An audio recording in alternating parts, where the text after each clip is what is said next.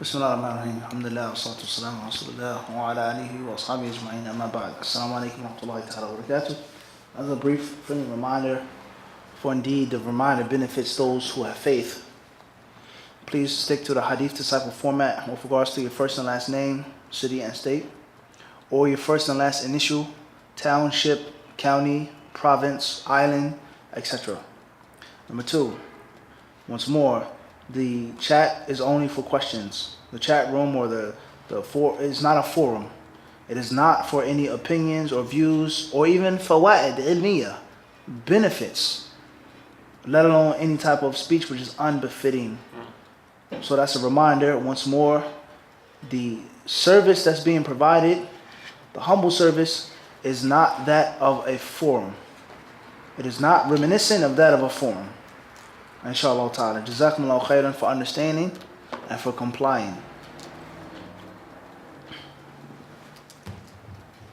H.A. Berkshire, UK. Assalamu alaikum, may Allah bless you. Can a wife change her opinion on what she sees to be impermissible to please her husband, i.e., dyeing the hair a different color?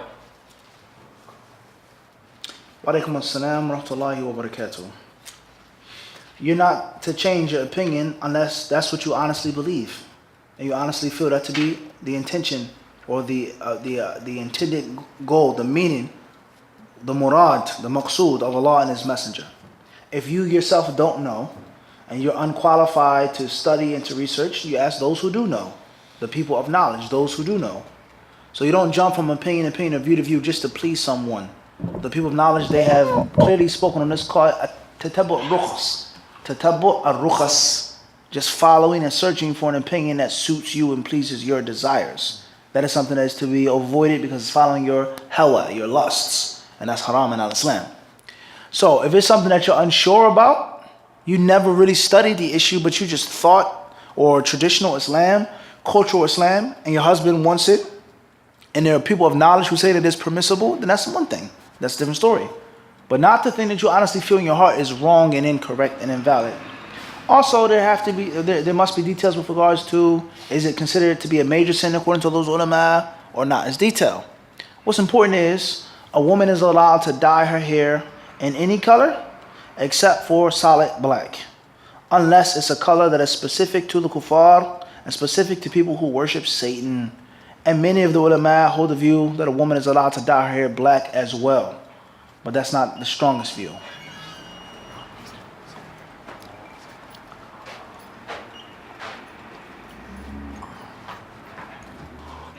Assalamu alaikum. AA from Ozone Park, New York. If a woman dies while wearing nail polish, can it be removed to bathe her body? I have heard that nail polish remover or any chemical cannot be used on the body. Wa alaikum assalam wa rahmatullahi ta'ala wa barakatuh. I've never read or heard any prohibition of using certain chemicals or liquids or products on the deceased Muslim's body, as long as it isn't harmful or disrespectful. Soap, shampoo, different types of agents, cleaning agents, that provide the necessary requirements of the ghusl. So therefore, if there's a sister and she has fingernail polish on her nails or her toes, and you use fingernail polish remover, I don't consider that, I don't know of that being haram or prohibited. I've never heard any of the people of knowledge say anything like that. And Allah knows best. MH, South London, UK. What is the ruling on accepting giving gifts from non-Muslim family members during Christmas/New Year's if a person is the only Muslim in the family? Please go back to our, I believe, 2 or 3 part series on Western holidays in light of the book and the Sunnah. We did maybe last December in Masjid Mujahideen in West Philadelphia. We did a lecture on Western holidays in light of the book and the Sunnah. And we spoke about that issue with some type of detail. Please go back to that video. It's clearly on the channel, Bidnillah subhanahu wa ta'ala, and you'll find what you need to find there. Bidnillah. Allah knows best. Lutfi H. Queens, New York City. Assalamu alaikum, Sheikh. Hope all is well. What are some advices you can give to your brother to find out whether she is the right one? Shukran, Sheikh. Brother Lutfi, we can't answer his question. You got to come in person, Lutfi. We miss you, inshallah. We know you're working or busy, but we definitely want to shake your hand, give you a hug, and see your smile. You are our brother, for Allah's sake, inshallah. So perhaps me preventing you from getting your answer will force you to what?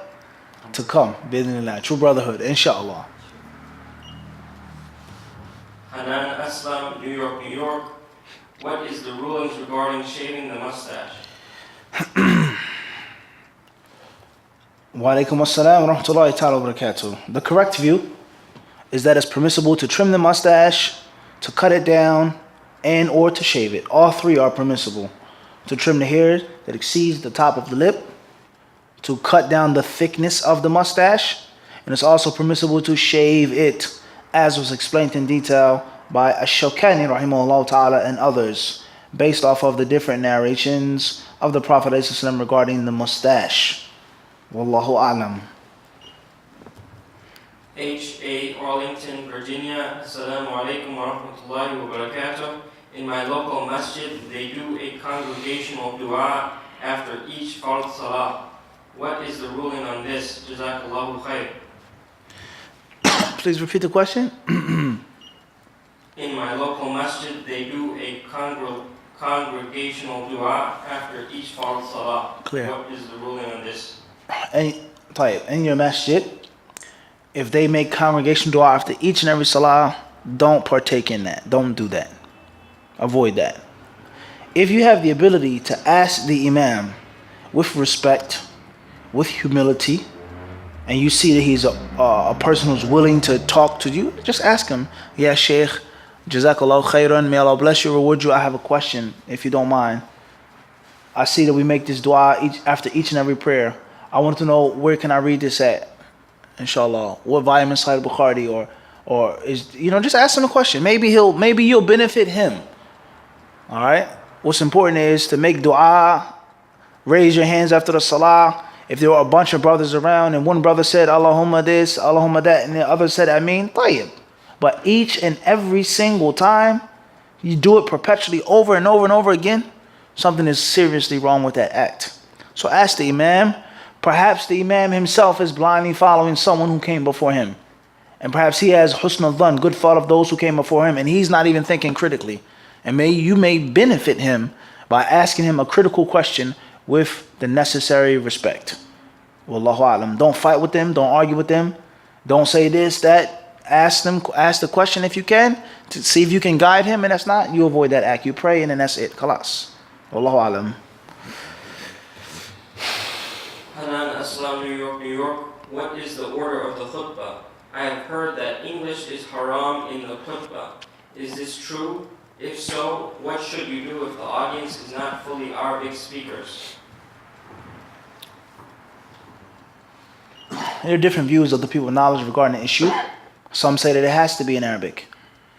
Some say that it's best to be in Arabic. And some say that it doesn't have to be in Arabic, but it should be explained and given in the language of those who are listening. There isn't any authentic sound dalil that is right to the point, sarih ad-dilala, to prove that view. So therefore it makes no sense to say that you have to give a sermon 10 minutes, 15 minutes, 20 minutes, 30 minutes to people who don't speak a language. Rather, even in Arabic, if you go to Egypt, if you go to Morocco, if you go to Yemen, you go to Saudi, the different countries, oftentimes the imam has to give 2 khutbahs and everyone is Arabic speaking. He gives the khutbah in Fusha, and then he has to give the khutbah in Darija, because the people barely understand the proper Arabic. So you may be speaking to someone who speaks Arabic, but he still doesn't get it. You have to explain certain things because the Islamic awareness has become so weak. Islamic knowledge has become so scarce, and ignorance has become so widespread. Everybody understand this? So that doesn't make any sense to say that you have to do it in Arabic, and I'm in India, or I'm in Pakistan. Okay, when we were in India, they did, the guy, he did maybe 3 or 4 khutbahs. And one of the khutbahs is called a bayan. And the purpose of the bayan, no one can understand what he's saying. But the view that you have to do it in Arabic. Lish, why? What did the Prophet say this?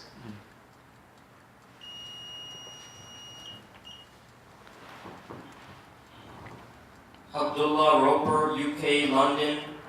If someone says they are no longer a Muslim out of anger and in the same sentence says, I will repent, and they haven't prayed in 3 weeks, are they a Muslim? Extreme anger, extreme happiness, extreme sadness, so on and so forth. The people of knowledge say these are excuses for a person to be deemed to have left the fold of Islam. Okay? A Muslim should avoid anger. The Prophet ﷺ clearly gave advice, don't become angry. Control yourself, control your emotions. And if a person did slip and make a statement of kufr, repent immediately. Ask Allah to accept your repentance immediately. Pronounce your Islam, the shahadatain. Pronounce that you believe in Allah immediately. Make tawbah immediately. And make the salah. Okay? The concept of being angry and saying these types of crazy statements is very, very, very dangerous. Control your anger. As far as a person does or does not pray, then that's an opinionated issue among the people of knowledge. We've explained to Mufti Q&A the ruling on those who do not make salah. Are they kuffar or are they still Muslims? Wallahu alam. Nuruddin M., Birmingham, UK. May Allah be pleased with you, Ustad. What is your advice to sister who was raped? Wa alaikum assalam wa rahmatullahi ta'ala wa barakatuh. May Allah bless you. A sister that was raped, my advice to her is to return to Allah. And not saying that she was far from Allah, but to go back to Allah. And that Allah Azza wa Jal decreed something on her that was painful and traumatic. And He is the one, bi'idhnillahi ta'ala, who can give her what she needs with regards to the reward, with regards to raising her rank and her status in this life and hereafter, and her relationship with Allah subhanahu wa ta'ala. And it's one of the greatest things that we learn from the prophets and the messengers. At the time of calamity and misfortune, go back to Allah. At the time of pain and trauma, go back to Allah subhanahu wa ta'ala. And if she was raped, it doesn't mean that she was a bad person, or she was an unchaste woman or promiscuous woman, but it's a musibah. It's a calamity that Allah had decreed on her for a wisdom. So the qadr is going to take place. What Allah decreed is going to happen. You can be patient and get a reward. You can be pleased with Allah Azza wa Jalla and have your rank extolled, or you can be displeased with Allah, waliyadu billah, and can be impatient and despair, and the qadr will continue. That's with regards to the spirituality. Secondly is to seek the necessary help and the necessary therapy, as long as it doesn't go against Islam. Thirdly is I would tell you to make it your campaign to deal with rape and making people aware of its danger and its reality to prevent it happening from other sisters. Wallahu alam. That's in brief, obviously. Nuruddin M., Birmingham, UK. In a village where the Muslims don't have a cemetery, they bury their dead behind their houses. Is it permissible to bury behind houses and to attend such burials? The Muslim is allowed to bury his or her dead wherever they can, as long as it isn't a place of ibadah, a place of worship, a masjid. Okay? Nor should it be a place in which the graves will be desecrated and disrespected, walked upon, trod upon, so on and so forth. However, burying your dead behind your house, what does that lead to? What can it lead to? What will a person believe and think about the graves? They're close, and you have to be mindful of that. It is upon the Muslims to try their best to save their money, to get together, to have the necessary political involvement. The necessary political involvement to get their own patch of land, their own burial ground, or a part of a burial ground, whatever, to the best of their ability. This is very important. And it's not enough just to build a masjid and pray. Infrastructure, stores, businesses, clinics, this is very important. Community life of a Muslim, orphanage, soup kitchen, all of this stuff, Muslim thrift store, Muslim bookstore, is very important. Community life. It's much more than just having a mosque. Okay? So that's the ruling on that. Fear Allah to the best of your ability. If the dead are buried in the backyard, make sure that it's separated and not disrespected. There's no shirk, there's no bid'ah that's going on with regards to the graves, the house, so on and so forth. Wallahu alam. Samuel, Muslim, Toronto, Canada. What is the ruling on clapping one's hands at public events or at graduations, etc.? The people of knowledge say this should be avoided, or as a means of imitating the kuffar. As Allah mentioned in chapter 8 about the mushrikeen and what their prayer was. Allah says that it was nothing more than crying and clapping, crying and shouting, shouting and clapping. Or tasdiyah. So they say it should be avoided. Wallahu alam. Miriam G, Montreal, Canada. Assalamu alaikum Mufti, may Allah bless you and your team. In which situation should a person say Allahumma barik, mashallah, and tabarakallah, jazakallah? When you see something you like or you dislike, you can't lose by mentioning Allah's name. Fulan died, Allahumma musta'an.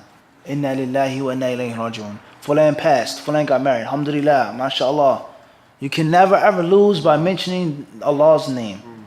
When you see something that you're excited about or you like, you're pleased with it, then it's a greater need to mention the name of Allah. La quwwata illa billah. Alhamdulillah, mashallah, Allahumma barak. To protect that person from anything that could take place by accident or intentional, inshallah ta'ala. So there's no specific one set ruling. Okay, Allah says in Surah Al-Kahf, they says La quwwata illa billah. Walawla idh dakhalta jannatak. If you would have entered your Jannah, your garden, and said La quwwata illa billah. So some people say that's the proper thing to be said. Some say Tabarakallah. Some people say that it's incorrect to say that at a time of seeing something that you're amazed with. What's important is that you mention Allah's name and that you also stifle any type of unnecessary excitement, let alone jealousy, let alone envy. Be moderate and be balanced. Control your eyes. Some people, they still look crazy and they say, oh, mashallah, as if it's a mockery. So you have to be mindful of this. Wallahu alam. H.A. Arlington, Virginia. Is it better to read a juz of Quran a day or try to memorize but will not be reading the full juz? Make a combination, inshallah, if you can. Read a little bit and memorize a little bit. If you don't have enough time to read a whole juz and memorize a line or half a page or whatever the case may be, then do a little bit of both. Or you can do every other day. One day I read a juz, another day I make memorization, or on a third day I make review. What heck is that? Depending on your time, depending on your schedule. The best thing to do is to do all three daily. To read no less than a juz on a daily basis, to memorize something no matter how short it may be, and to make review of what you've previously memorized. That's the best thing to do.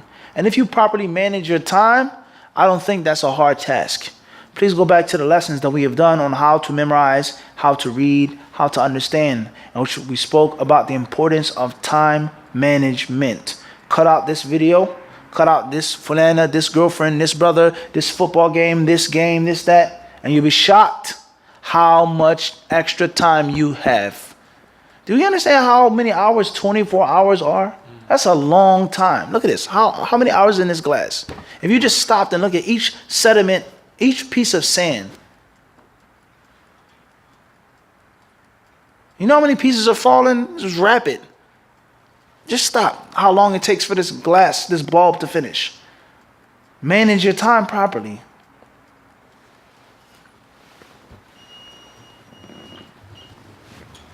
Abdullah Roper, UK, London. Is there legit physical jihad in Burma? With regards to legit physical jihad, what's important is a Muslim has the right to defend himself. The Muslim has the right to defend his honor, to defend his property, to defend his women folk. The Muslim has this right, and he doesn't have to wait for this and for that to do that. There is no permission or authority that you need to defend yourself. So the concepts of al-jihad fi sabilillah, offensive jihad, defensive jihad, da'wah, etc. That's a scholastic issue in itself. But we're talking about the concept whether it's called jihad or not. To fight, to defend what is mine. I do not need this person or that person for me to defend what is what? What is mine. Let alone if I'm waiting for the ruling from someone who lives in a totally peaceful and secure land. It's easy for you to say, don't fight. Put your guns down. Be peaceful. Do this, do that. But you're not living in my country. You woke up this morning, you took a hot shower. You had a 3-4 course breakfast. Hot tea, hot coffee. You have your wife, this and that. No one is raping your wife and your daughter. So it's easy for you to say do this and do that, but you're not living in my situation. So to defend yourself, your honor, your property, your rights, and your valuables, that's something that Allah Azza wa Jal has allowed the believers to do. And it doesn't need a formal permission or authoritative statement to do that. Hanan Aslam, New York, New York. Yesterday in class you discussed how the Prophet ﷺ would sometimes let the followers hear an ayat in Salah. Would the Prophet ﷺ recite loud as in a normal tone or just a loud whisper? I'm sorry if you mentioned this and I just didn't pick up on it. It says here that وَيُسْمِعُنَ الْآيَةَ أَحْيَانًا وَيُسْمِعُ الْآيَةَ أَحْيَانًا, in more than one version of the hadith. He would allow us to hear it, whatever that means. How did the Prophet ﷺ normally recite it? That's the dhahir. That's the what? That's the dhahir. How we would normally hear the Quran. Whether you recite it in your normal voice and tone, or whether you say it, as he said, a loud whisper, if that's a such thing, what's important is they would hear the ayah. They didn't hear the Prophet's voice, but they heard a what? An ayah or two or this and that. They would hear it. That's what's important. AB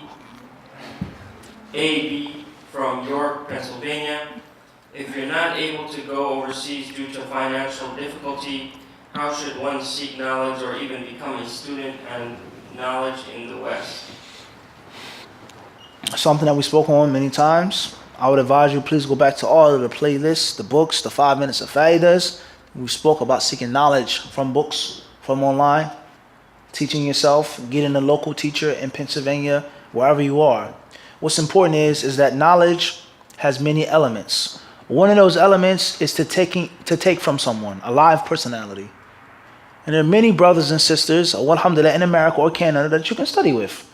They've studied overseas, they've been properly taught, and you can learn from them. If you can't do that, or even if you can, the next element is listening to the lectures and the classes and the khutbahs, and there are millions of them online. Good, thorough classes that you can really benefit from. You can be in the comfort of your home and listen to the explanation of Sahih Bukhari, of this one and that one. Thirdly is your own reading. Whether it's the systematic study of a metin, a small book, the sharh of that small book, the memorization of that small book, or just scholastics. Going to the library, building up a library and reading a book. One day I read a book on the Prophet Sirah. The next day I want to read a book on tafsir. And this book is the biography of Umar ibn Abdul Aziz. To just build up your thaqafa, your general Islamic knowledge. Everybody understand this? And then bid'inai ta'ala, when you do these things, all three elements come together. All three elements what? They come together, inshallah ta'ala. So that the first thing is to try to find a teacher, bid'inillah, in your locale. If not, then at least online. Assalamu alaikum wa rahmatullahi wa barakatuh. UW, London, UK. I was speaking with a sister and she was saying that we should be different from the kuffar. That's why Rasulullah ate from one plate, or if they wear a watch on the left, we should wear on the right. Is this a correct view? Also, that's why we shouldn't wear denim. Tight. As far as eating off of one plate, there are many hadiths in which the Prophet ﷺ spoke about the virtue of coming together upon food. The virtue of coming together upon food. Whether it's one plate or one interprets it to mean just eating together in congregation. What's important is it's not necessarily obligatory to eat from one plate. Many of the people of knowledge say that is the sunnah. And it's not just a cultural practice of the Arabs, but they're hadiths speaking about the virtue, the blessings of a plate, one platter together. As far as wearing a watch on the right or the left hand, then we have to give a general rule, which is very important, and it will allow you to understand 50 different hadiths and 50 different fiqh fatwas and rulings. Everything that they do doesn't mean that it's bad. Everything that they do doesn't mean that it's haram for us to do. Everybody understand this? The Prophet, he took from Salman al-Farisi with regards to the ditch and the battle of the Khandaq, the trench. And Salman came from the culture of what? Kuffar, mushrikeen, fire worshippers. Everything that the kuffar that's from their way isn't negative and against Islam. So why do they wear the watch on the left hand? Because of superstition or because of a person's hand? Right hand, left-handed, so on and so forth. If it's an issue of superstition, avoid it. If it isn't an issue of superstition, la bas. As far as wearing denim, that's incorrect. A Muslim can wear any type of fabric that he wants to. Khaki, denim, fleece, sweatpants, this, that, as long as it isn't against the teachings of Islam. With regards to a man, you have to have your clothes must cover your aura, the aura of a man. They're not to be beneath the ankle. It's not to be pure silk. Khalas. Denim, white, blue, black, red, this and that, levers. It's not to be tight. It's not to be transparent. A woman, the same applies as well with regards to covering her aura, her body. It can't be tight. It can't be perfumed. A woman can wear silent silk. The pants, the dress she can beneath her ankles. That. The teachings of Islam. Islam does not look at a fabric.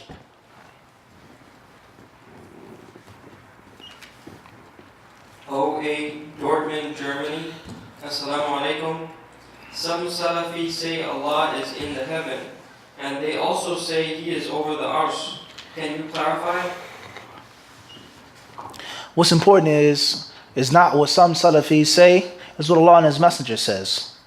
We say what Allah and His Messenger has said, what they have said. Everybody understand this? Regardless of the specifics of the translation, regardless of the Arabic, أَأَمِنْتُم مَّن فِي السَّمَاءِ.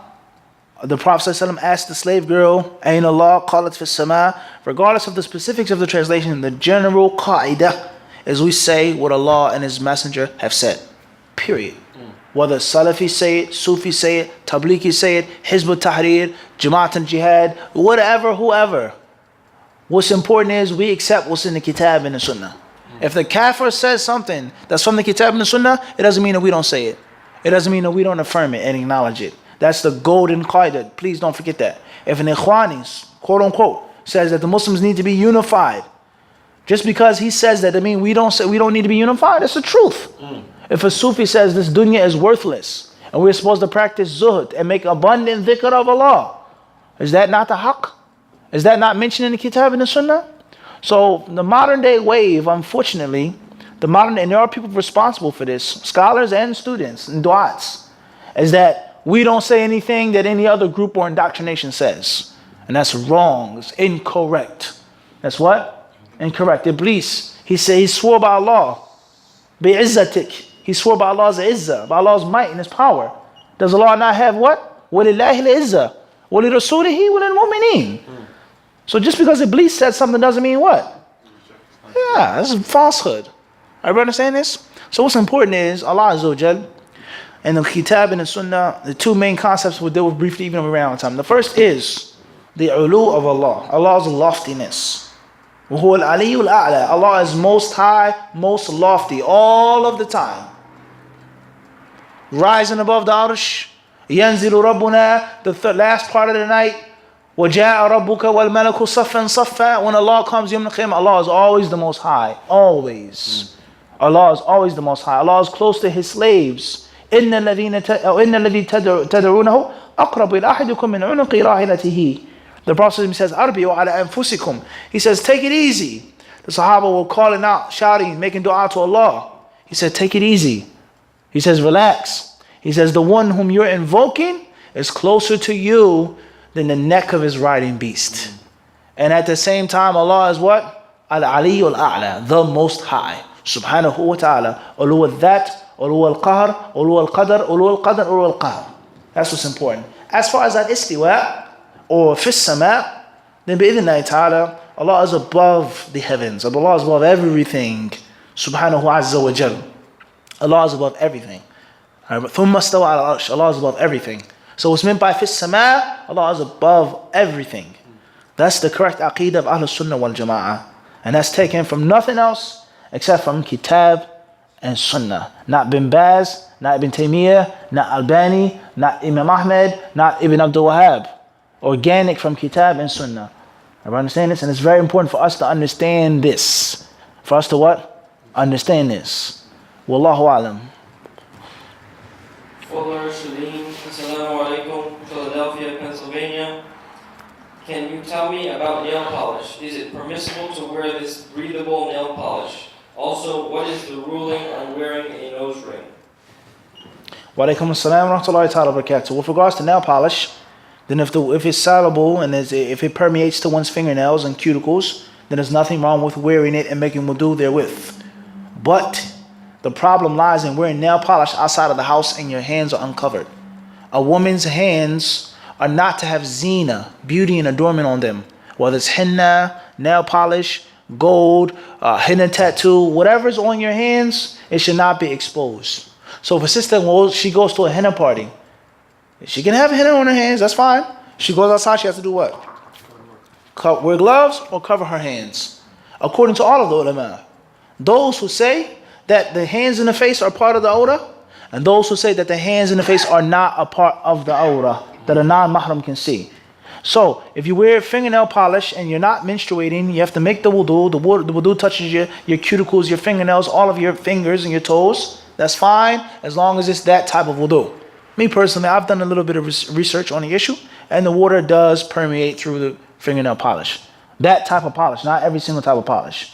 But do not go outside with your hands uncovered, wearing fingernail polish. As far as a nose ring, then the same applies if you wear niqab.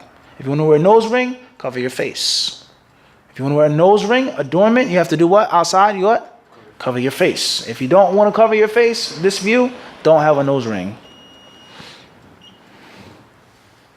H.A. Berkshire, UK. Just to make my previous question clearer, the sister is on the opinion that dyeing the hair is not allowed, although she is aware of the opinion that it's allowed, and her husband desires that she gets a different color. If he ordered her, what does she do? Why is she on the view that dyeing the hair is not halal, not allowed? The Prophet told the companions to dye their hair, the men, let alone women. He told the men to color their beards, to yellow and to red, to dark red, borderline black. He commanded men many ahadith. Why can't you dye your hair? Is it harmful to your hair? Does it make your hair? What's wrong with dyeing your hair?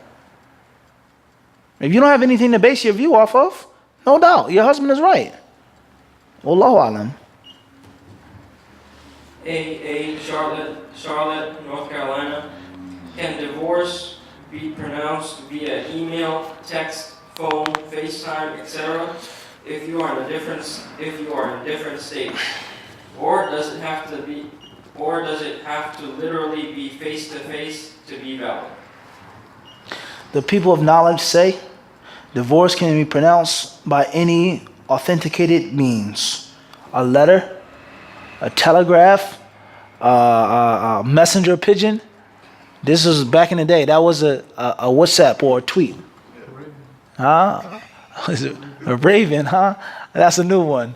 But for sure, the messenger pigeon. Everybody understand this? What's important is that it's authentic information from A to B. It's not forged. Text message, Skype, whatever, any modern means, as long as you are sure that this is what? The person. The divorce is no difference between in face or saying what? Text, I sent you a message on Facebook to my wife, what? You're divorced. Everybody understand this? Wallahu alam. Nuruddin M., Birmingham, UK. Are the right hand possessions is allowed to have sex with restricted to those who were captured after jihad? Or does this apply to any woman, even those who were bought? The people of knowledge say that when a man has a woman and she his right hand possessions, his concubine, he legally and legitimately owns her in the Islamic Sharia. Regardless of the means, jihad, capture, sold, bought, etc. He is the owner of this right hand possession, then it's allowed for him to have intimate relations with her. What's important is tariqa shar'iyya. Tariqa shar'iyya, a legitimate what? Way of obtaining this right hand possession. And it is not just restricted to one without the other. Well, as long as it's what? Islamically legitimate. As long as it's Islamically what? Legitimate. Wallahu alam. Muhammad Khan, Queens, New York. Assalamu alaikum, Mufti. What is your opinion on Bitcoin and is it permissible? We've answered this question before a few times on this forum with regards to Bitcoin. I would say, from my little research, is that Bitcoin, if it is a means of currency, and if it represents and if it's symbolic to that of dollar bills, other types of currency, then it has the rulings of that type of currency. And if it's something other than that, then it has rulings which are what? Other than that. With regards to the modern world and the transactions, credit, debit, sending someone money, pressing a return button, a delete button, how much money is actually passed on? How many actual gold bars are there in Fort Knox for each dollar bill? That's a long discussion with regards to modern day economics. What's important is Bitcoin, cryptocurrency, whatever type of modern term or idea or concept, it goes back to the what? The asl. And that's why the ulama of Islam, when dollar bills, legal notes, when they came on the scene, many of them refrained from saying that they are permissible to deal with. And they said it doesn't pertain to gold and silver. But after time, and they became symbolic for gold and silver and its value, they said it takes the ruling of what? Gold and silver. So everything in this world is always going to be constant change and evolution. Everybody understand this? It's haram to curse a Muslim unjustly. And it's also haram to curse a Muslim unjustly on the what? Phone. The modern day technology or concept, the novelty, it is no different than the what? Everybody understand this? Wallahu alam. Hanan Aslam, New York, New York. Do you recommend I go to my school's MSA even though there's a lot of fitna between men and women there? If it's a fitna for you and you can't be patient, then don't go. Save yourself first. Don't try to save somebody by destroying yourself. As far as if you're going to a college and there are naked men and women in the college, homosexual men, homosexual women in the college, free mixing in the college, you're studying in the college, you're still around fitna. It's still, this woman has a skin tight shirt on or her chest sticking in your face. This guy's walking around with tennis shorts on with his hairy legs. This is the reality of life today. You can't escape that. So if you lower your gaze when you go to class, when you do your responsibilities, you have the ability to go and give a word of reminder or benefit the Muslims or wake up to sleeping, slumbering Muslims, then that's what you should do. If it's too much of a fitna for you, and you finish want to fall into something that is dispraiseworthy, Allah won't be pleased with it, then avoid it, stay away from it. But if that's the case, don't go what? Don't go to college. Because there's fahisha, and there's homosexuality, there's lesbianism, there's fornication and adultery everywhere. There's uncovered people laughing, joking, drinking, smoking. That's everybody understand this? Wallahu alam. Muhammad Khan, Queens, New York. Assalamu alaikum, Mufti.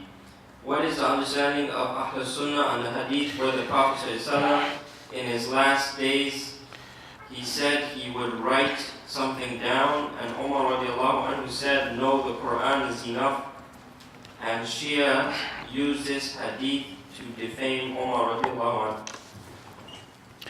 There's no logical, scientific debate that you can have with Shias because they use things in a place that supports them, and they reject them and say totally denied and rejected and something that's against them.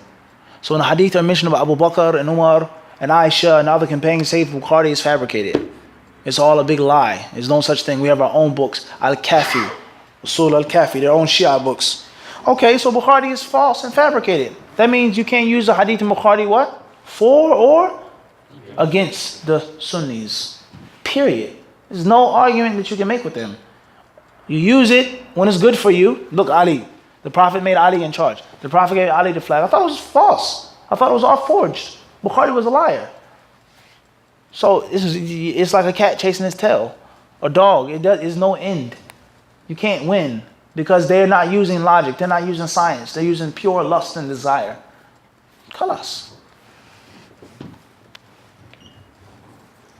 HS, Ontario, Canada. Assalamu alaikum, Sheikh. May Allah bless you. When is the best time to pray Isha? Is it better to pray earlier with congregation or later by yourself? Wa alaikum assalam wa rahmatullahi wa barakatuh. May Allah bless you as well. If you're a man, you're not traveling, you're not sick, you're not a slave, you're not someone who's exempt from the Isha and Jama'ah, you're in a close vicinity of the masjid, then pray when the congregation prays. As far as if you're far from the congregation, or you're sick, or there is no masjid in your locale, there's no congregation, then delay the Isha prayer. with the condition that you're not going to oversleep. Delay it to the later part of the night. Wallahu alam. ZU, Birmingham, UK. If a Muslim can only find a job in a parcel warehouse where they do not know what is in the parcels, can he work there? Wa alaikum assalam wa rahmatullahi wa barakatuh. Put your trust in Allah and take the job. Allah knows best. NB, Toronto, Canada. Assalamu alaikum wa rahmatullahi wa barakatuh, Sheikh. Barakallahu feek. If there is a group of women and the salah time comes, is it necessary for them to pray in congregation? Wa alaikum assalam wa rahmatullahi ta'ala wa barakatuh. Wa fikum barakallah. The people of knowledge mention the people who are responsible for making congregation are men and not necessarily women. And they say that it's permissible for women to pray in congregation. So when it's time for the salat, there should be no reason why the sisters shouldn't pray together. Why not? You study together, you eat together, you talk together, you whatever things sisters may do, Allah alam what they're doing, of permissible things, their social gatherings, whatever, you pray together as well. Now, that's one of the things which strengthens the sisterhood. As far as you have to, it's a different story. But there's no reason why you shouldn't. Wallahu alam. In addition to that question, it says, is it permissible to prefer praying alone? It's unnecessary to pray alone unless there is a reason. The sister can't recite the Quran, they have a problem. It's no reason. We're sitting around, all right? We're discussing hadiths, or we're doing taekwondo, or whatever sisters are doing together. We're doing everything else, what? Together. Why wouldn't we want to pray to Allah, what? Together. Wallahu alam. HS, Ontario, Canada. Assalamu alaikum, Sheikh. What are your personal favorite qaris to listen to? Wa alaikum assalam wa rahmatullahi wa barakatuh. Personal favorite qaris. I would say Abdul Basit, Abdul Samad, in both modes. Manshawi, Husri, may Allah have mercy upon their souls. I mean, as far as the modern day reciters, or not the current day, because it's different, but the of the 20th century, Muhammad Ayub, the Medina Mus'haf, Hudayfi, okay, Abdullah Basfar, Abdullah al-Matrud, Sa'd al-Ghamidi. Wallahu alam. Hanan Aslam, New York, New York. Mufti, do you know of any places in Queens which give classes for the tajweed of the Quran? Paid or free is fine. Wa alaikum assalam wa rahmatullahi ta'ala wa barakatuh. I don't know of formal classes, but there are many brothers who do it. Okay, there are many brothers who have Quran classes. They go over the tajweed. Many brothers. In most masjids you're going to find them. To name a few or to name one off the top of my head, I would say go to Sheikh Nuh Kawkab and Isa ibn Maryam, inshallah ta'ala. And that doesn't mean he's the only one. It doesn't what? Doesn't mean he's the only one. But if I had to mention one off the top of my head, I would say go to Sheikh Nuh Kawkab and Isa ibn Maryam, inshallah ta'ala. He's an excellent reciter, very talented. Allah has truly blessed him. ZU, Birmingham, UK. If a person has constant thoughts of kufr akbar, but he feels like it is from shaitan, should he just ignore it? The brother has been experiencing it for about a month. You don't have a choice. You have to ignore it. You have to turn away from it. As the Prophet ﷺ said, فَلْيَسْتَعِذْ بِاللَّهِ وَلْيَنْتَهِي. Two things. Seek Allah's refuge and then stop. It may be difficult, it may hurt, it may be painful, it keeps coming, but you have to put up a fight. You don't have a choice but to turn away from those whispers. There's no option. Wallahu alam. Assalamu alaikum wa rahmatullahi wa barakatuh. AJ Bowie, AJ from Bowie, Maryland. Sheikh Mufti, can you please clarify what you always meant by empty your cup? Wa alaikum assalam wa rahmatullahi wa barakatuh. What we mean by emptying the cup is, if you want to say metaphorically speaking, is to take your pre-assumptions, ideas, thoughts knowledge, and sometimes just move it to the side. Sometimes what? Move it to the side. And then other times you say what? Get rid of it. Throw it out the window. It's useless. This bogus, weak hadith, this fiqh view that's daif, you thought this recitation, this person lied, get rid of it. It's garbage. Malish. Sometimes it's okay, but move it to the side. Sometimes it's what? It's not okay, and it has to be what? Just think about your mind as an attic. The more clutter you have there, the more termites you have, the more mice you have in your attic, the more spiders, the more boxes and junk, the less space you have in your what? In your attic. It's time to throw that away. That was my grandmother's. It's of no value. She didn't really want it. She was a pack rat. Get rid of it. It's falling apart. It's done. But now I have this whole clock from my grandfather. The major antique. I'm not going to get rid of it, but I need to move something else into my attic. So I'm going to do what? Move it to the side and allow other things to come in. Everybody understand this? So if you want to study with someone, it doesn't mean that you have to go to that person stupid and you don't know anything. But put the what? To the side and listen, sit, and benefit. And this is one of the most widespread problems. And alhamdulillah, I can say this with pride. Well, alhamdulillah, what Allah is the greatest. Say this with pride. Is one of the revolution. One of the many revolutionary things that Allah has allowed hadith disciple to do. This one concept by itself, emptying the cup. Don't come to the class as a scholar. Yeah, right. I mean, brothers say, Naam, Sahih, right. If you're telling me right, then why are you what? Yeah. Sitting with me. What did Jibreel alayhi salam say? Teach me about Islam, O Muhammad. The Prophet told him what Islam was. He says, Sadaqta. That's right. And what did the companions say? فَعَجِبْنَا لَهُ يَسْأَلُهُ وَيُصَدِّقُهُ. They says, we were amazed that the guy came, asked the question, and then he what? Confirmed it. I.e., that's not what? That's improper. The student is the student. Even if you do know it, or you have learned it, just listen, be quiet, keep silent, and like a sponge, just soak up every piece of information that you can get from your teacher. But if you go as a scholar, as a professor, as an expert, no, and this one, Albani, Fawzan, nah, la. How much knowledge do you think the teacher's going to give to you? You know everything, class. Or you trying to show me up, or play me, or prove your dominance over me. So you're not going to get that much knowledge. Everybody understand this? Everybody clear on this? So what's important is that it doesn't mean that everything that you know or previously studied is useless, as long as it's beneficial. But at least do what? Move to the side. And then there are other views, opinions, thoughts that are what? Who taught you that? That's daif. Get rid of that. La, that's incorrect. This daif, weak fiqh that you got. I don't care who said it. Sheikh Fulan said, so what? It's wrong. It's an error. Get rid of it. Empty your what? Your cup. Don't ask a question with a pre-assumption. Well, we know that it is permissible. Don't say that. Is it permissible to wear white in Islam? We know that. Don't just empty your what? Empty your cup. So sometimes emptying the cup is pertaining to you studying. Sometimes emptying the cup is pertaining to you what? Asking a question. And sometimes emptying your cup could be an issue of your friend suggesting, try this sandwich. You say, no, it's no good. It's not from Philadelphia. He says, what? Empty your cup. SubhanAllah, empty your what? Just try it out. You may like it. You may what? You may like it. So the human brain is oftentimes programmed to be stuck to habit. Everybody understand this? So this is from the concepts of emptying the cup. It's not everything. It's not all of the concepts, but these are what? This way? Some of them. And this is, well, as we said, revolutionary with regards to you being a successful student of knowledge. No teacher wants someone that thinks that he knows everything, that doesn't know how to be quiet and shut up.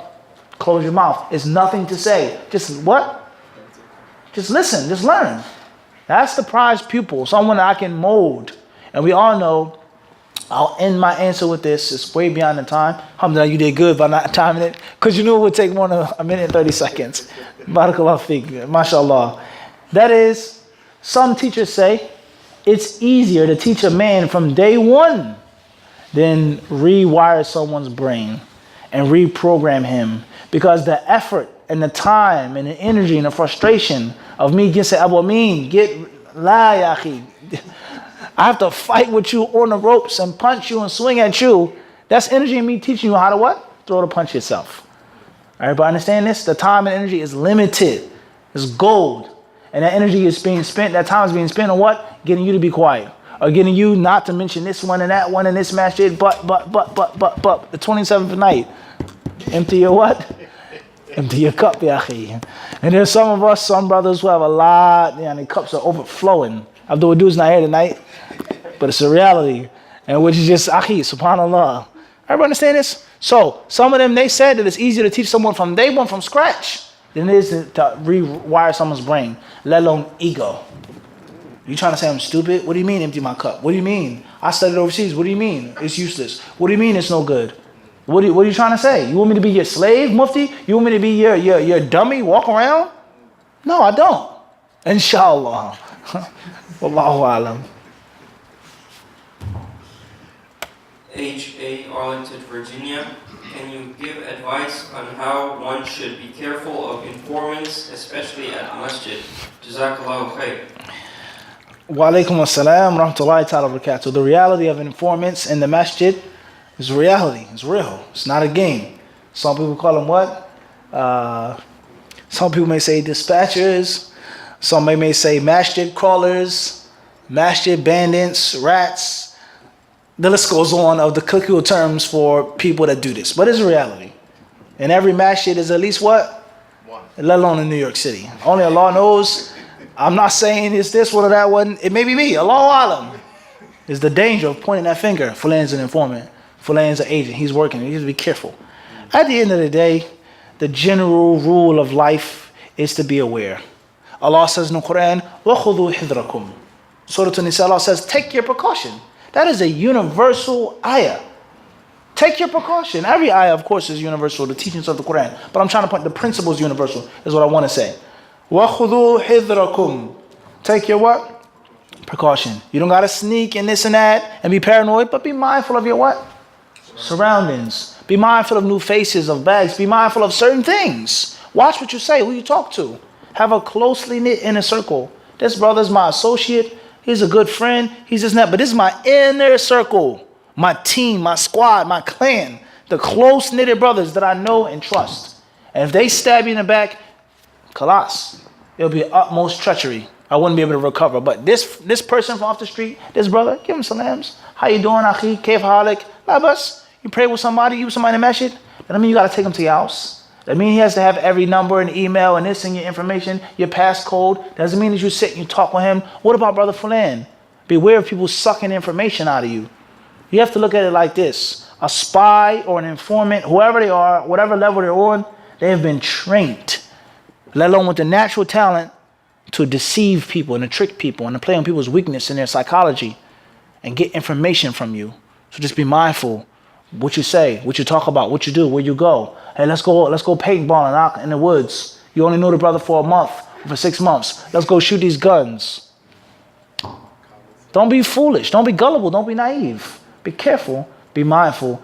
Fear Allah. Be patient. Allah says their plot won't harm you what? La yadurrukum kayduhum shay'a. Their plot won't harm you in what? At the least. Allah is encompassing of the disbelievers. Innahum yakiduna kaydan wa akidu kayda. Allah says they're making a plot and I'm making one too. فَمَهِدَ الْكَافِرِينَ أَمْهِلْهُمْ رُوَيْدًا. That's all you got to worry about. Don't be afraid of them. What? وَخَافُونِ. Allah says, fear me if you're truly believers. فَلَا تَخَافُوهُمْ. Don't what? Don't be afraid of them. You got nothing to worry about. Am I making any bombs in this masjid? No. I'm praying. I'm studying. We have Chinese food in the back and brothers go out and bowling. Kalas. Spy all you want. There's nothing going on. And be careful and be discreet. That's very difficult in the age of social media, in which everything has to be publicized. I ate a hamburger. I went to the bathroom. I had french fries. I had ketchup. I had mushroom ketchup on it. I had mustard on my burger. They forgot my pickles. Sister Fulan and brother Fulan, Sumaya, brother Ali, this one, that one, this one. Huh? Allahu Akbar. Allahu Alam. Nuruddin M. Birmingham, UK. May Allah mention you in the heavens. Should the mention of Allah's name be followed by a praise, just as the Prophet mention should be followed by salutations? First and foremost is nothing No analogy is made to Allah subhanahu wa ta'ala. No analogy is ever made to Allah or with Allah. Since we say Sallallahu every time we say Allah, the Muhammad's name, we no. La, abadan. There's no laysa kamithlihi shay. There's nothing like Allah subhanahu wa ta'ala. You don't compare no, abadan. La. You don't say that. Secondly is, if you say Azza wa Jal, Ta'ala, subhanahu wa ta'ala, alhamdulillah, that's good, that's fine. It's not mandatory. Allah Azza wa Jal, He mentions His name in the Quran without saying what? Subhanahu wa ta'ala, Azza wa Jal. Everybody understand this? Wallahu alam. Abdullah Roper, UK, London. Is it permissible to travel to a suppressed Muslim land and support the population in defending themselves when there is no doubt they are oppressed and not on the offensive? من رأى منكم منكرا فليغيره بيده فإن لم يستطع فبلسانه فإن لم يستطع فبقلبه وذلك أضعف الإيمان. حديث أخرجه الإمام مسلم برواية أبي سعيد الخدري رضي الله عنه. He who sees evil, change it. He can't change it, speak out against it. Can't speak out against it, hit it in your heart, which is the weakest of faith. Hadith is in Sahih Muslim, narrated by Abu Sa'id al-Khudri radiyallahu ta'ala anhu. Next question. AB from York, Pennsylvania. There's a brother online who teaches Islamic studies, Abu Tawbah, a lot of scholars from Mauritania. Do you recommend people to study under him? Wa alaikum assalam wa rahmatullahi wa barakatuh. Our rule, we don't deal with names unless it's a necessity. And the basic rule is that it's improper to deal with names in a question unless it is a necessity. There's no need for a name to be mentioned. And when you mention a name, all types of things happen for the good and for the bad. I may give an incorrect answer because of the name. Oh, Fulan said it, and I may feel shy. Or may not give it the necessary aggressiveness to aggressive approach because it's Ibn Taymiyyah or Sheikh Fulan or Abu Tawbah. Or the negative. I may have a bad experience with Abu Tawbah. I've never met Abu Tawbah. Or I may not like him. Or whatever. I may be jealous. Whatever the case may be. We may have conflicting view, whatever. And I may not give the haqq and say what's needed to be said because of the name being mentioned. So the general rule that the people of knowledge say, names are not to be mentioned in questions unless it's what? A need or necessity. Period. Even warning from someone if you don't have to mention a person's name. That's first and foremost. Secondly is, my advice is to benefit from someone that you feel is qualified to teach. Whoever that person is, whatever they're teaching, they have the skills, they have the talents, they have the experience, they're offering authentic information, take it. Bi-idhnillahi ta'ala. That's my best advice with regards to the question. Wallahu alam. AJ from Bowie, MD. Sheikh Mufti, can you please clarify why you allow videotaping of your video lectures? Please, I have lose a few friends who try to take you of the Sunnah, and especially some of our brothers and sisters who study from Damaj, and like today, I had to leave one of their WhatsApp groups because of this. Barakallahu feek. Sorry, but I cannot clarify why I take videos while we record the classes. The person who says that it's haram, you can't do it, you can't have videos, they have to clarify it. Because the asl is that it's permissible until proven impermissible. The camera is not worship. The camera is a worldly tool. The worship is what we say, what we do. The camera is nothing but a medium, a means. Everybody understand this? So to say that it's haram to take a video camera, to videotape, so on and so forth, that has to be proven. That has to be what? Proven. That's first and foremost. The issue of tasweer is a very long issue. We've done an extensive video on the topic on Hadith Disciple about tasweer, in which we mention many details that you can't find in books and videos in one place. Go back to that lecture, inshallah ta'ala. If you agree with that it's permissible to use the camera, alhamdulillah. If you don't agree with it, whether you're from Damaj or any other place, we also say what? Alhamdulillah. That's fine. That's their opinion. Don't argue with the people. Don't fight with the people. If you feel that someone is negative or this and that, just leave them alone. You don't have to defend me or anybody else. No, he is Salafi. You don't have to say any of that stuff. Let the action speak. Let the what? Action speak. If you want to benefit from Hadith Disciple, alhamdulillah. And if you don't, that's what? Have an excellent day. May Allah bless you. Wallahi, it's just that simple. There's no need for fighting and arguing. Just leave him alone. Mufti, Muhammad Munir, I won't call him Mufti. He's in there. Tayyib, no bas. Jazakallah khairan, I'm going to benefit. Nuruddin M. May Allah strengthen your knowledge. Are you planning to visit the UK? I am sure the Hadith disciples here will be very happy to welcome you. Excuse my strong wish to meet you again. I mean, to your dua, there's nothing wrong with that. Alhamdulillah, we met Brother Nuruddin. He came to New York City once. Well, very brief meeting, but we got a chance to eat with him. We traveled a little bit with him, alhamdulillah. We would love to go to the UK. We would love to see all of the Muslims there, let alone the Hadith disciples and disciples, bi'idhnillahi ta'ala. May Allah make it easy, I mean. It's been a couple of times I had a couple invitations, and just the timing was off. The timing wasn't appropriate. But bi'idhnillahi ta'ala, Allah, inshallah, will decree, bi'idhnillah, and hopefully we'll be there and meet you again and sit with you, benefit from you brothers and sisters there, inshallah ta'ala, bi'idhnillah. AB, Toronto, Canada. Assalamu alaikum, Sheikh Mufti. Jazakallahu khairan for your consistent efforts. Can you please elaborate on the issue of the mawlid, its prohibition, its permissibility, etc.? I would say, as we explained in the Q&A session in Toronto, maybe 2 years ago, me and Sheikh Abu Umar Abdulaziz, Allah bless him.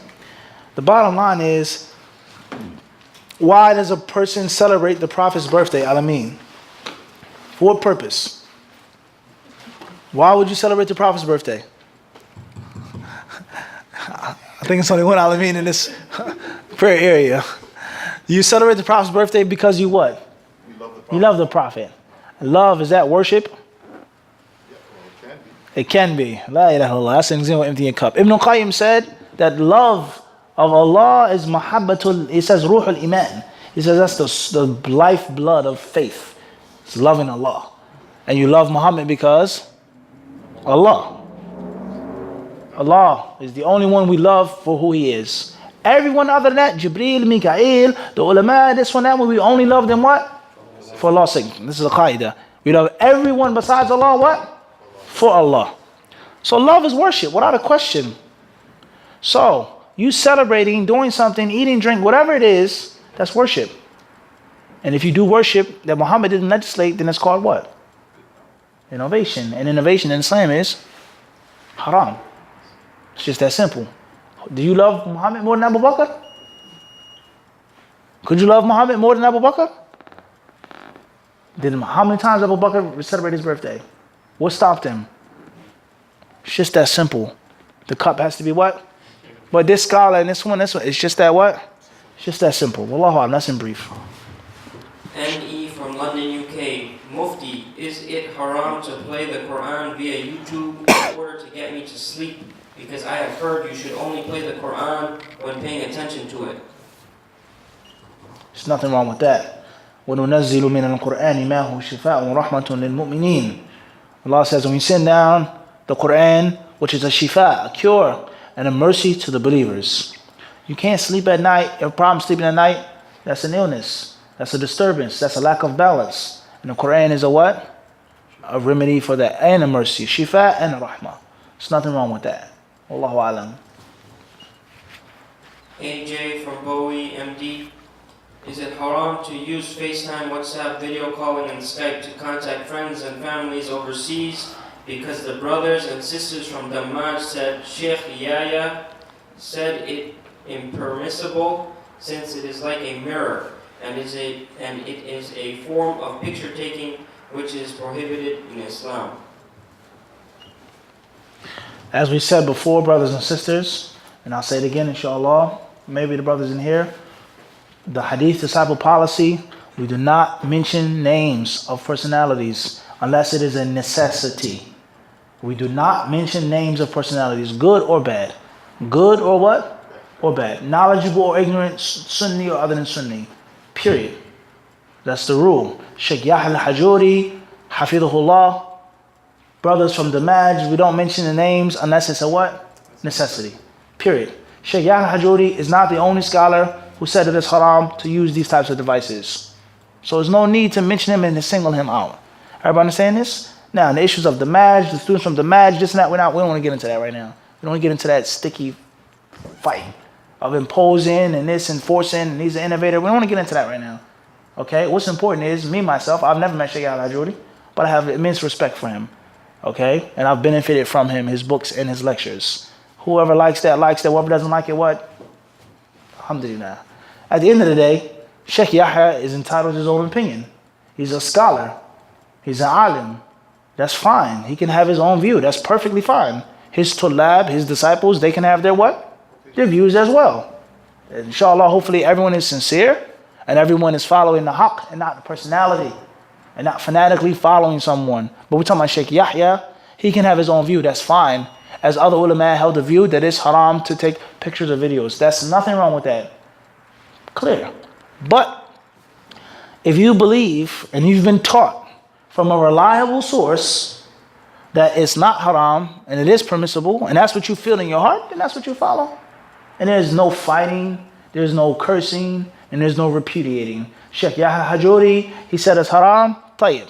I'm a student of knowledge, I'm a da'iyah, I'm a scholar, I'm a this, I'm that. This is my ijtihad, this is my view, this is what I feel in the issue. Tayyib. It's just that simple. Sheikh Yahya could be right, I could be wrong, I could be right, Sheikh Yahya could be wrong. It's just that simple. Bin Baz, what they mean, Ibn Taymiyyah, it's all the same. We have love and we have respect for the people of knowledge. We have love and we have respect for the people of knowledge. Everybody understand this? It doesn't mean that if one scholar or this scholar says something, that is the absolute final statement. And I don't think that there's any scholar, and Allah knows best, true scholar of the Sunnah, Sheikh Yahya or other than him, that wants people to fanatically follow him and fanatically impose his views on people. I don't think Sheikh Yahya really wants that. I don't think that. I don't know, but I don't think that. So this is my advice to anyone, whether it's students of the Maj or any other place. I don't think there's any scholar of the Sunnah that wants his view to be imposed and forced and thrown upon people. The issue of tasweer is a detailed issue. We've explained it, what the people of knowledge say, the proofs, the evidences, and the ways of looking at it. Alhamdulillah. Ana Abdul Shakur, Berkshire, UK. If a sister has had a meeting, a sit-down with a brother, and she wasn't sure about him, and said she will get back to him, and another brother is interested, can she have a sit-down with him, or is this considered cheating? The second brother did not know about the first asking the girl. Wa alaikum assalam wa rahmatullahi wa barakatuh. There's nothing wrong with that. It's not agreed upon that they're getting married, that they're engaged. I'll get back with you. He had a sit down with her, so on and so forth. No, it's not haram for the girl or for the second brother. That hadith, not making a khutbah ala khutbah akhihi, is pertaining to the ulama say manu stajiba lahu. He who has an answer. And she says, I want to marry you. Kalas, we want to get married. We just need more time. A couple months, half a year, whatever the case may be. But we're intended. That's different. Wallahu alam. AJ from Bowie, MD. What is the ruling on heart signs, four-leaf clover, face motions on the phones? Are their origin from shirk? Because there is a fatwa from one of the sheikh from Dammaj who said it is impermissible to use them in text message or in jewelry. Next question, inshallah. No names. No locations. Naam?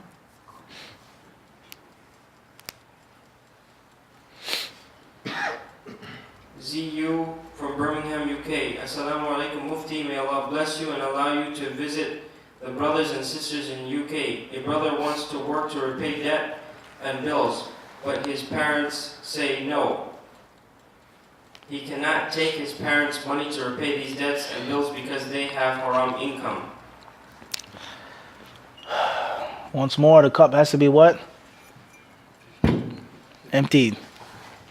Next question. Muhammad Khan, Queens, New York. Assalamu alaikum Mufti. How can we advise people who try to insult the da'wah of the ulama in Saudi by calling them palace scholars and such? You can clearly see the problem, just like the Dammaj question. When you attribute something to a name or a place or personality, you're automatically forcing yourself into a corner, a narrow corner. Everybody understand this? As soon as you say Saudi Arabia, you're narrowing yourself down. The ulama, the da'wah of the sunnah, it's open. Saudi, Damaj, Sheikh Yahya. Now you're what? You're stuck in a corner now. Because they're going to say, what about this and what about that? Avoid that. Everybody understand this? The scholars of Islam, the knowledge of Islam, the deen and sunnah is wherever Allah wants it to be. Everybody understand this? Period.